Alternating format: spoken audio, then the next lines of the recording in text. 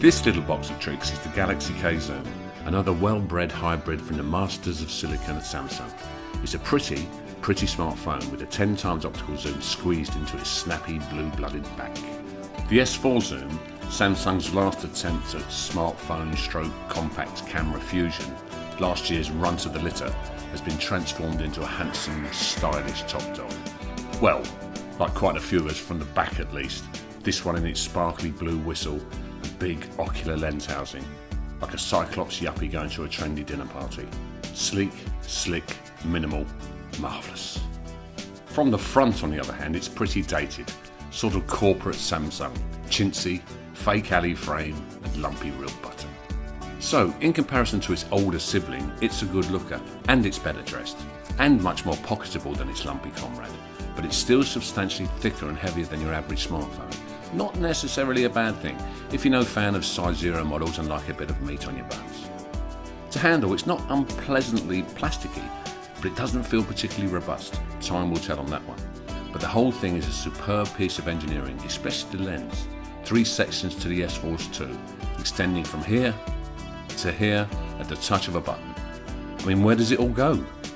Again, like its compatriot, it's, as a phone, as smart as you like.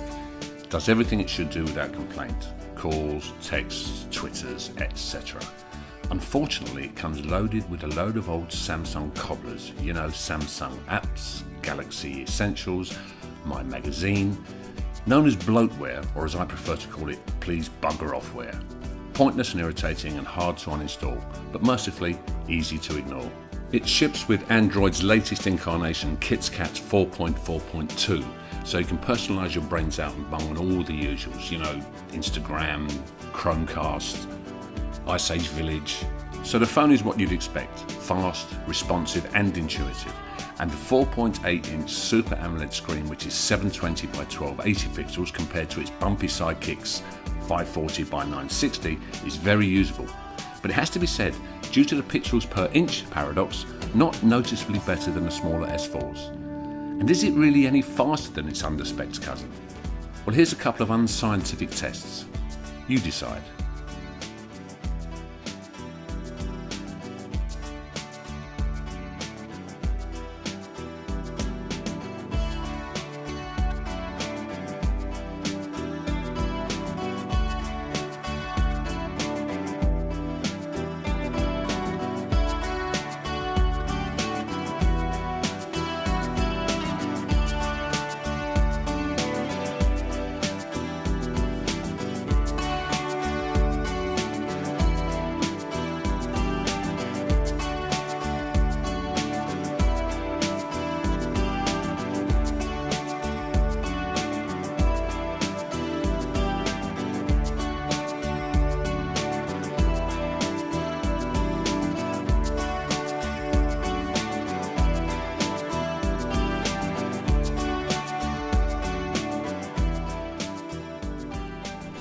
But you'd probably be buying this device over any other for its little appendage here and what it can do for your mobile photography. And a marvellous little protuberance it really is. Alongside its associates and uniquely in the smartphone world, it has this 10 times optical zoom, which works really well, controlled using the volume rocker here. The non-adjustable zoom speed is noticeably slower than the S4s, and some would say that's not a bad thing. But the zoom is still a little choppy, great for reframing but not so clever for smooth video zooms. The shutter button is very nicely placed and weighted, and due to the absence of the useless zoom ring option and volume rocker zoom control, the whole thing is much easier to handle. The Xenon flash is superb, and open up the menus and there's a cornucopia of settings and filters and suggestions to jizz up your photos. And plenty of manual control too. From a white balance you can set in Kelvin, not sure Kelvin would be too happy about that, to a fully manual mode where you can mess about with the shutter speed, aperture, ISO and a load more. The spec on the lens and software on both devices is very similar, but while the S4 has to settle for a miserable 16 megapixels, the K is packing 20. So does this make a huge difference to the pictures? Well, I'm not sure. Here's a few comparison shots. You decide.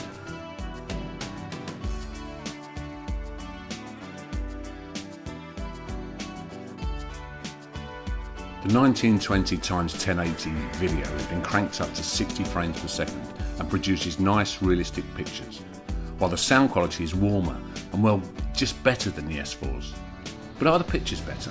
Is there really that much difference? Here's a few comparison shots. You decide.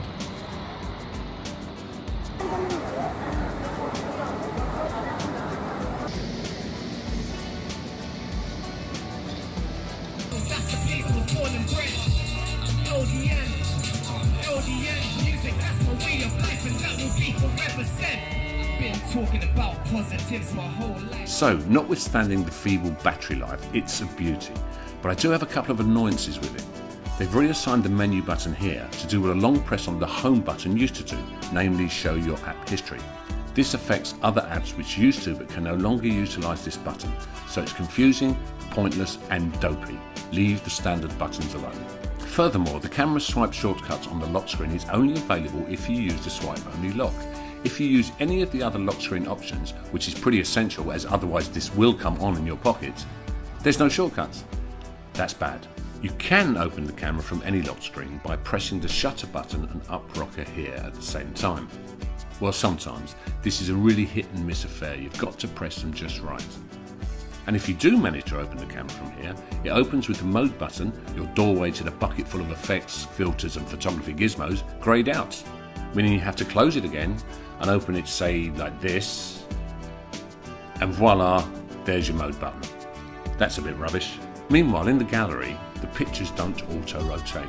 You have to tap it, tip it a little, then catch this little button as it lights up and before it slides away to rotate your pictures. Really? Hopeless. These gripes aside, this is a very usable and versatile device. Incidentally, if you get one of these, you can rig it up to a microphone and do Vox Pop interviews in the street. Excuse me, madam, may I ask you a question? Certainly, young man. What do you think of the Samsung Galaxy K Zoom? Well, I think the jury's out on that one at the moment, don't you? So, there you have it, nutshelled. After the S4 Zoom ugly duckling incident, this is a very fine bird indeed. It's a slick, sleek, girthy, very pocketable, fast and glitch-free smartphone, and due to this magnificent piece of engineering here, a superbly usable and feature-rich compact camera. But it has lost some of its youthful charm along the way when it acquired its long trousers. I mean, due to the thankful omission of the useless zoom ring here on the K Zoom, it can no longer do this. And as there is no tripod thread, it can't do this. Or more importantly, as it has no IRB or infrared blaster, it can't do this. Possible deal breaker there. But all in all, it's an absolute Brahma. Probably the best thing to come out of the Korean peninsula since the mighty Psy and Gangnam Style.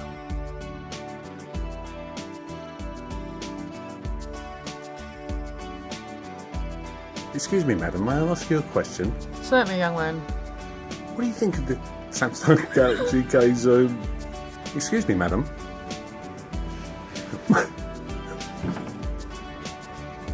Yes, young man? Do you mind if I ask you a question? Certainly. Yes? May I ask you a question? Certainly. Excuse me, madam. Hello, yes? Excuse me, madam, may I ask you a question? No. Thank you.